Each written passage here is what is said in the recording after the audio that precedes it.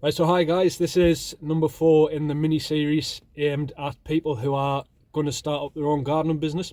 Now, I'm covering all topics that what I believe are the most important, and this one is probably one of the most daunting things you can think about, before actually going it alone, and it's how do you actually get customers. So I'm going to focus on two areas really. So I'm going to have the advertising aspect, and I don't know what you call it, but I'm calling it letting your work kind of speak for itself. So if we go to the advertising part first, now like the theory and business side of things, sometimes the old ones are the best. So you've got your posters, your business cards, your leaflets. Door-to-door leafleting can be a bit hit and miss. However, what have you got to lose, apart from a few quid in a little bit of time? So, I would definitely do that.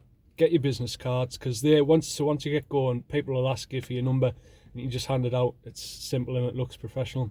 You must have a presence online. So personally, I'm on Facebook. I used to be on the Next Door Neighbour app.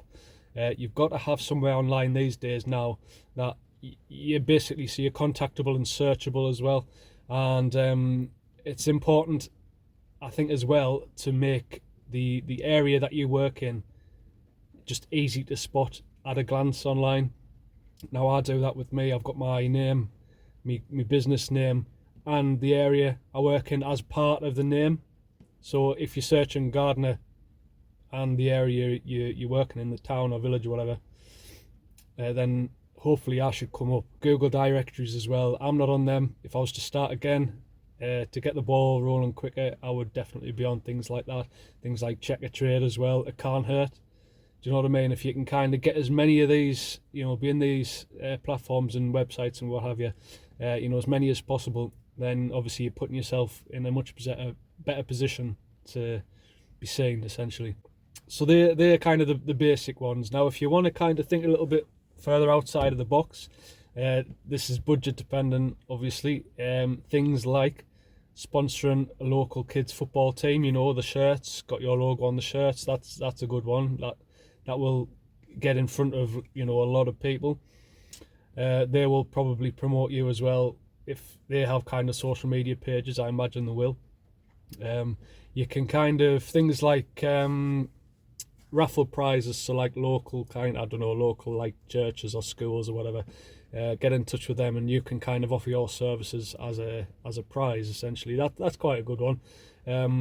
Charity kind of, if there's anything going on like charity events or anything like that, that's, I've done a couple of them in the past, and you're doing your bit as well, which is a good thing.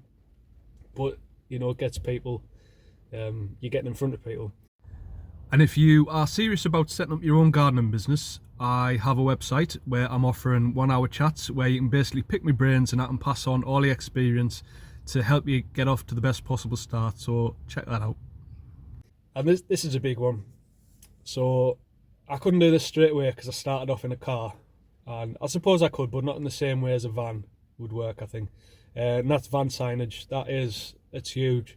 So obviously if you're driving around your local area, just in general, not even if you work in, the amount of people that can see it, it's huge. And if your kind of van signage is clear, at a glance, if it's obvious, they might not be able to, if you're driving past, might not be able to necessarily see all the detail on it, but if they can see your name and know that it's a gardening business, so green, grass, flowers, that sort of thing, then that'll stand you in good stead again. And here's the thing, so I rarely drive around now with me signs on the van because I'm full, I'm busy, and people just ring in and ask you, and they'll say, "Oh, I've seen you, I saw your van, got your number from your van." Like, it works a treat. Honestly, it really works a treat. And that's probably, I'd say, aside from social media, I'd say that's probably the next best thing in terms of like old school advertising. It genuinely works. And I think I bought some magnetic signage so you can take them off on a night as well. So like, it's a safety thing. So you might not be, what am I trying to say, burglars might not rob you. They still might, but if you're advertising your business on the side of your van, there's more chance, obviously. But I think I paid about 75 quid and you can take them on and off. Like, brilliant. I've still got them in the garage. So I think that covers all kind of the theory and the advertising of the business. So I want to get into, you know, your actual work and how your work can kind of speak volumes. Now, I'm assuming you can do the job. If you cannot, you know, if you haven't done your own garden like loads of times, if you haven't done friends and family's gardens, you know, if you're starting off kind of from scratch, but you know you can do the job, then that's I'm assuming that's the base level here. So let's assume you can go into someone's garden, do a good enough job for them to be happy, and for them to essentially tell people, because that's what you want. Word of mouth, you know, once you do get going, it's a bit of a snowball effect. Word of mouth is key, absolutely key, and it obviously work the other way as well. So if you're, you know, if you don't do a good job, it's the old thing, you do a bad job, they'll tell 10 people. If you do a good job, they'll tell one person. How true that is, I'm not sure, but you get the idea with that one. So that's huge. It's all well and good me saying word of mouth, but what if you haven't got the customers yet?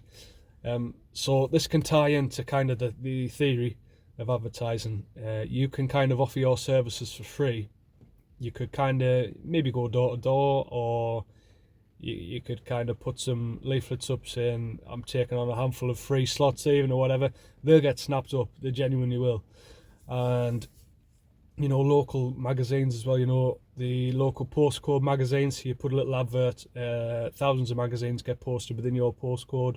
You could offer kind of deals on there, you could offer discounts I suppose as well, and that's one thing to kind of to get word of mouth, whilst getting customers, like free customers. They kind of can be seen as your advertising customers. You could say to them, look, I'll give you your first one free even. You don't have to promise anything, you don't have to get them to commit. You say, look, I'll give you one off, you know, free hour or whatever, free job. If you like us, I can give you a price for an ongoing work, or we can kind of leave it there. But you know, hopefully they will then tell people, and if you do, you know, a series of them, that gets the ball rolling as well. And that's what you want. You want people kind of mentioning your name, talking about you, and all these things combined will hopefully get you off, and set you off rather. Is it success straight away? In my experience, it's not. However, I do know some people who started, and they just went, oof, they were busy within weeks. You know, it's an element of luck as well. So as I say, I do have a website. If you're serious about starting up, check it out. There's lots more information on there. You know, I'll leave it there. Thanks for watching, guys. I'll see you in the next video. Cheers.